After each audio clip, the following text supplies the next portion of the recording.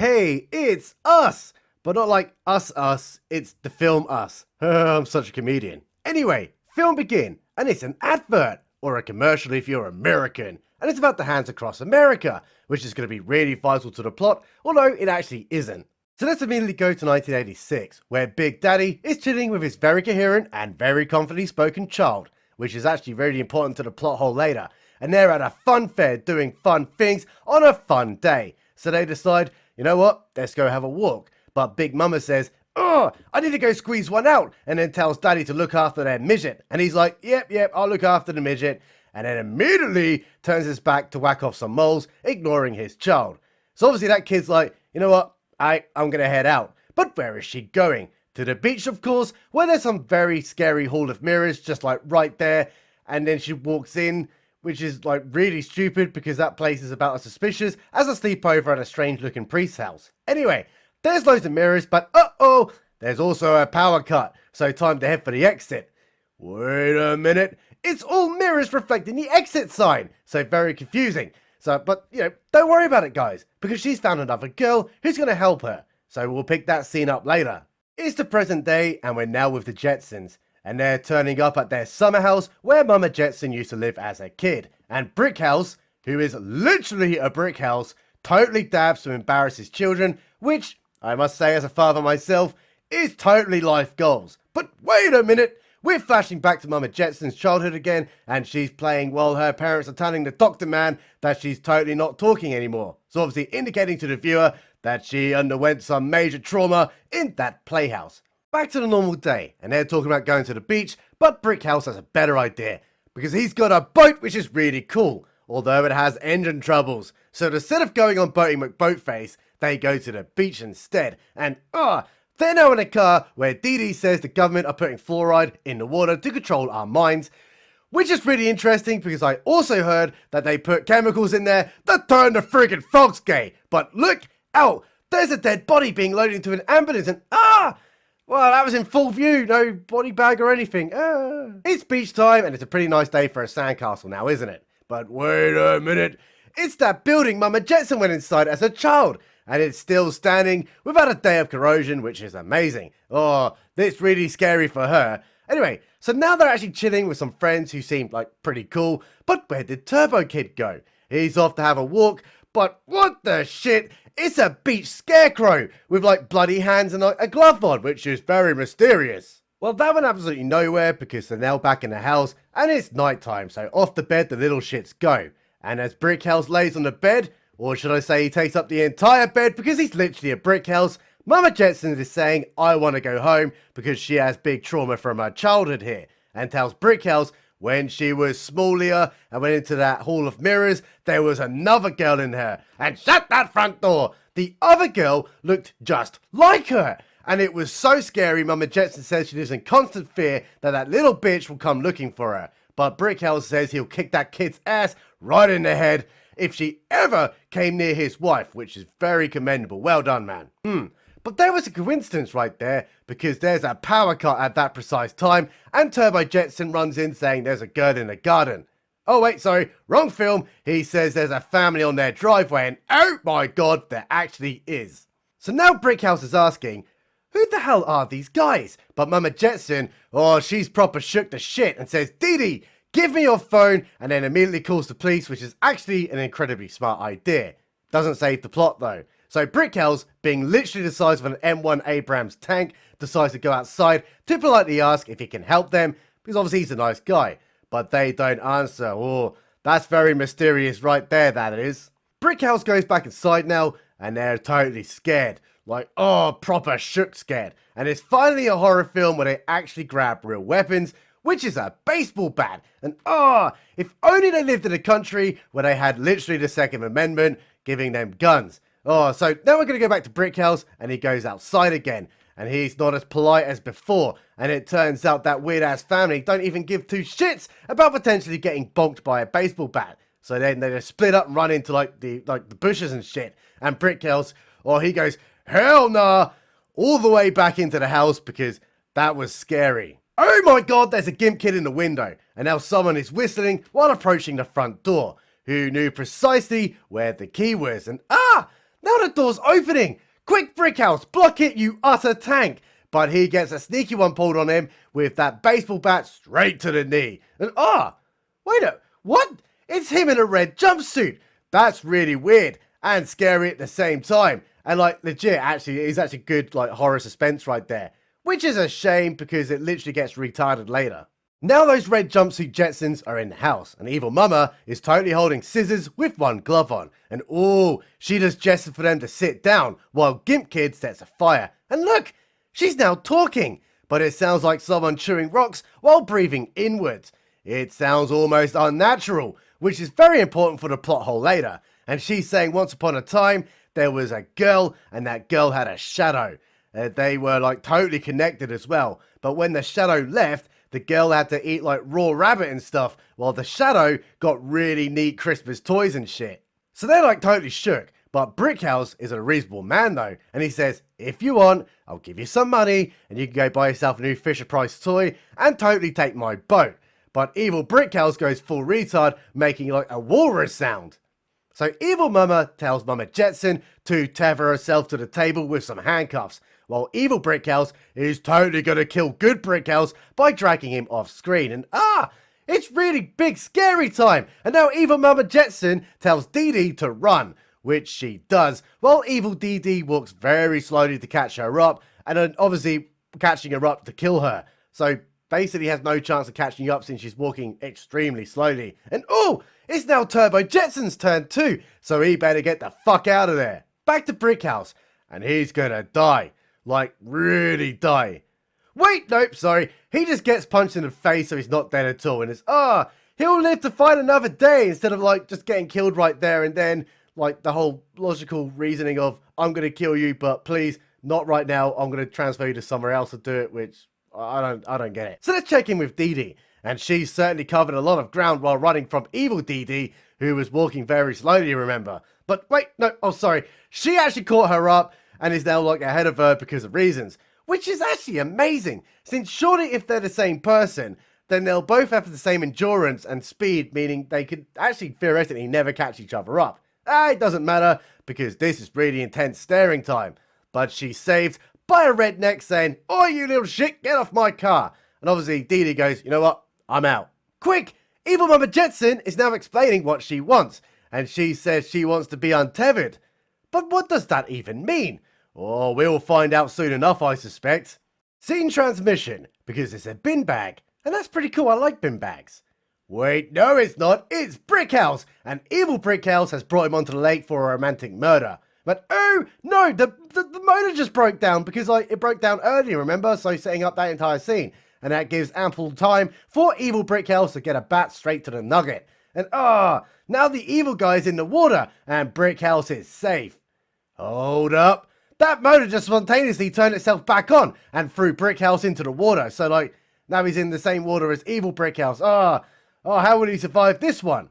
We've got to go now because we need to go check in with Turbo Jetson. And he's just chilling with his evil guy. But he pulls a sneaky one on him by shutting the cupboard door that cannot be opened from the inside, and then totally escapes. But, that lasted for 2 seconds, because evil Turbo's mum, lets him out immediately, so what was the point? Hey, there was a good point actually, because that interruption gave Mama Jetson a chance to get the fire pokey stick, which is very smart, because it's better than grabbing a pool noodle, and she totally breaks free with it. So let's go back to the Brickhouses, and look! Brickhouse managed to get himself back on the boat, and oh my god, evil Brickhouse is still somehow alive after getting a baseball bat straight to the head, and he's coming for him. Maybe not. He's now dead because Brickhouse hit the motor, so now it totally works by turning on and turning evil Brickhouse into evil brick meat. So what's Mama Jetson doing? Well, she's now escaping with Turbo, and then Dee Dee just turns up out of nowhere too at that precise time. And so does Brickhouse!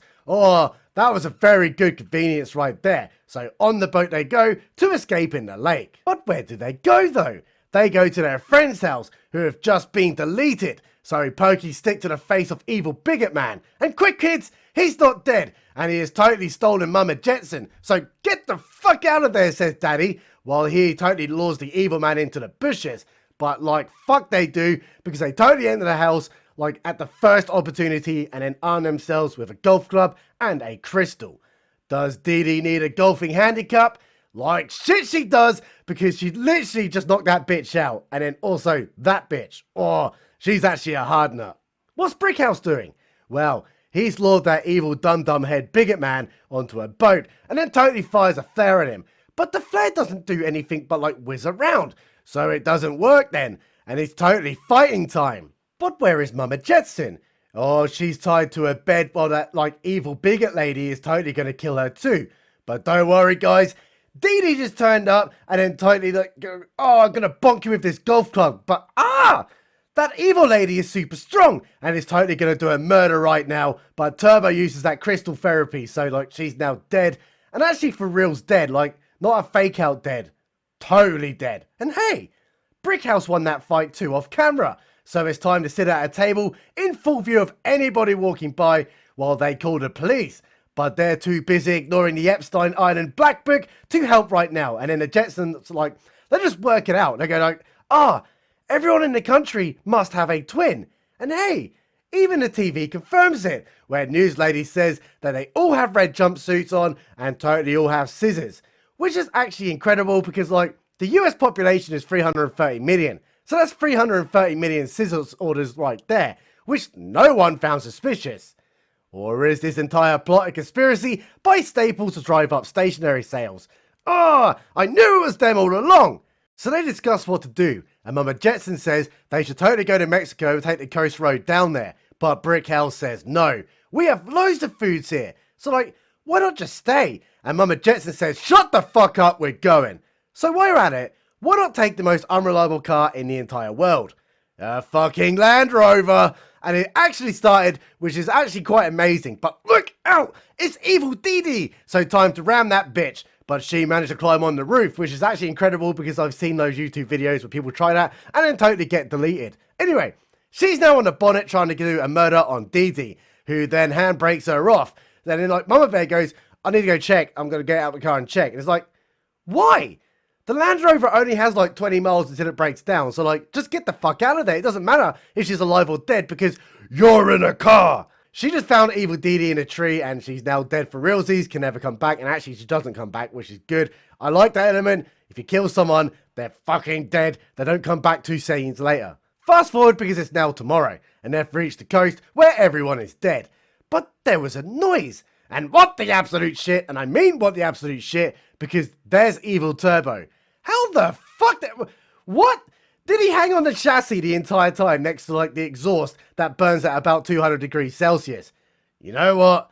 Forget about it, because Mama Jetson gets out of the car and then Turbo says, oh, it's a trap, just like that guy from Star Wars, and they all need to get out that car. And holy shite, he was actually right and there's a fuel leak.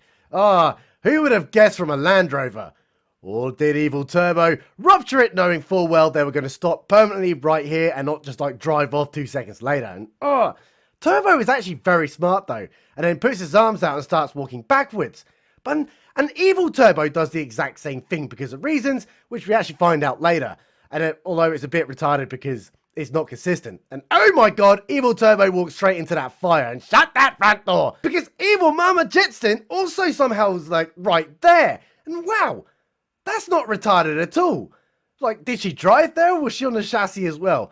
Doesn't matter because she totally just kidnaps Turbo. Oh, they're at that fun fair place where she was as a kid. And she's really convenient. I mean, stop right at that fun fair. Anyway, so here's some dead bodies. And there's some red jumpsuit guys holding hands. Just like the Holding Hands Across America advert.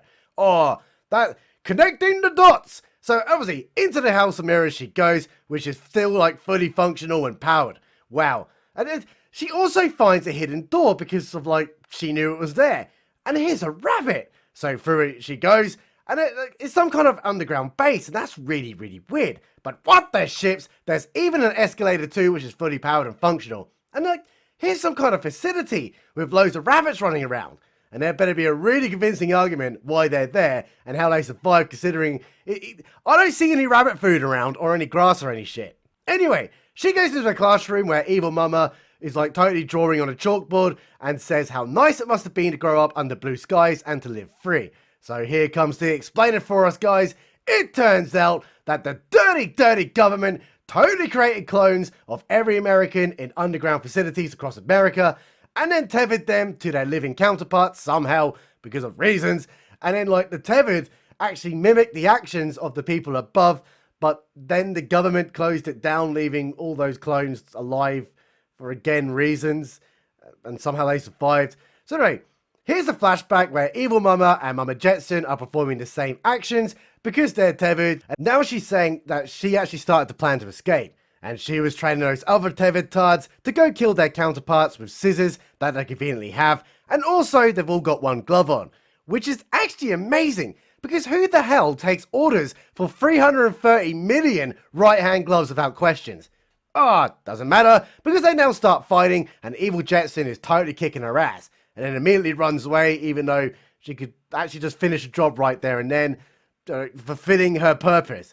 So Mama Jetson ain't no bitch though, and then goes chases her down, so they go back to fighting, and Mama Jetson just got scissored to the stomach, but she can still fight because she's a hard nut. And now, she's gonna die, like really, really die, because Evil Jetson is creeping up from behind. Wait, nope, sorry, she somehow knows that Evil Jetson is there, so totally stabs her. Where's Turbo though? He's actually in a locker because, well, just because, and outside they go, and hey, everyone is okay, and it's time to go home. So, let's hit the big twist, because Mama Jetson's driving, and then she has a flashback. It turns out that Mama Jetson was actually the evil tethered clone Jetson this entire time, because in the House of Mirrors at the beginning, she knocked the other Jetson the fuck out, then tied her up, replacing her entire life, and I really shook so badly. That was an amazing twist that makes so much sense. So anyway, that is actually film finished, but let's do something I haven't never done before in any of my previous videos. Let's talk gaping wide plot holes. Who's delivering all the toilet roll? And like, since I don't see none, do they simply wipe with their hands, or is that like the purpose of the glove? Who ordered the scissors? I mean, seriously, who ordered them? And then like, how the fuck did that Land Rover make it without breaking down? But like, did holding hands across America actually have any significance, or did they forget to write that part? And then also, why was there no rabbit shit all over that facility? I mean, there's hundreds of the little buggers. And then also, how did no one ever find the tethered when they could literally just gone in the House of Mirrors? And then also, who's feeding them? Did they have like a tethered canteen? If there were 330 million of the tethered, how many employees were there in the facility? I mean, surely they could have like quite a lot. Like, you know, the schools, I think in the UK it's like one teacher to like 30 pupils. So, I mean, that's a lot of employees, and no one spoke about this before. And obviously, now that they're free and they're out in the world, are they going to become like evil farmers and evil bankers? And then also, who the hell's going to run the distribution network? I mean, they're going to starve to death. And then, is there an evil Bill Gates who's actually like a good guy? You know, like plot twist. Bill Gates on human Earth was the evil one all along, and he fucking is. Anyway, so why did evil Mama Jetson speak like a lobotomy patient when she was actually the one who lived normally and was speaking completely fine at the beginning of the film? And then also, how does the tethering even work? And you know what? It doesn't actually matter, because my positives on this film is I actually really like the acting, and it has some great characters, and especially Brickhouse. I really liked him, so fuck it, film finished. Subscribe button. Is always right.